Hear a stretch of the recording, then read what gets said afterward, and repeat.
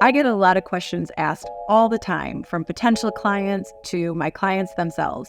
And so I'm going to take you through some of the most frequently asked questions I get and some answers. Let's dive in. The first question is, should my startup invest in marketing?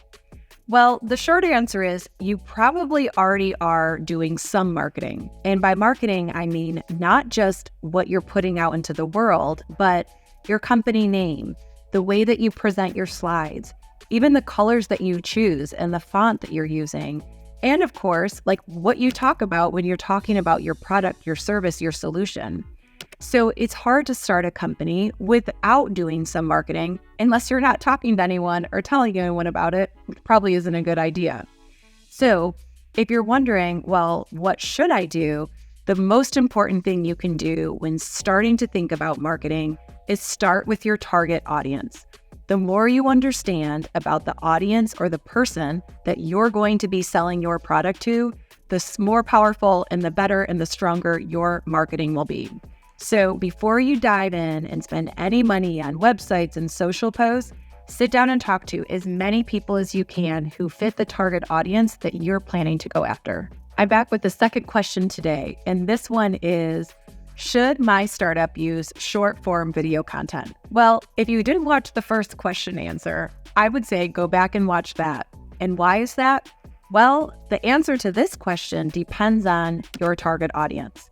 So if your target audience isn't one that is going to consume short form content, then it might not be the best fit for you.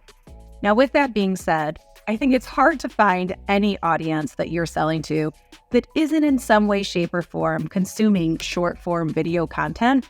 So there's a good likelihood that you should be using it.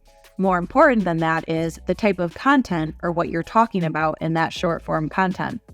So be sure to dive in and understand your target audience's challenges, pain points, what's top of mind for them, and include that in your short form video content. The last question of this series is, does it matter how I present pricing on my website? Well, this is again one of those, there's no one size fits all answer, because depending on what you're selling and depending on the audience, you may not even be putting your pricing out there. I will say it's quite common for a SaaS company or software as a service company would in fact have their pricing out there. It's rare that I've ever worked with a SaaS client that hasn't had their pricing out there, and rare as well that a competitor to one of my clients wouldn't have their pricing out there.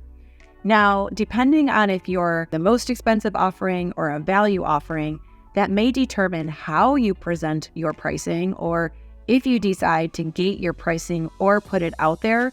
But some of that's going to depend again on your target audience.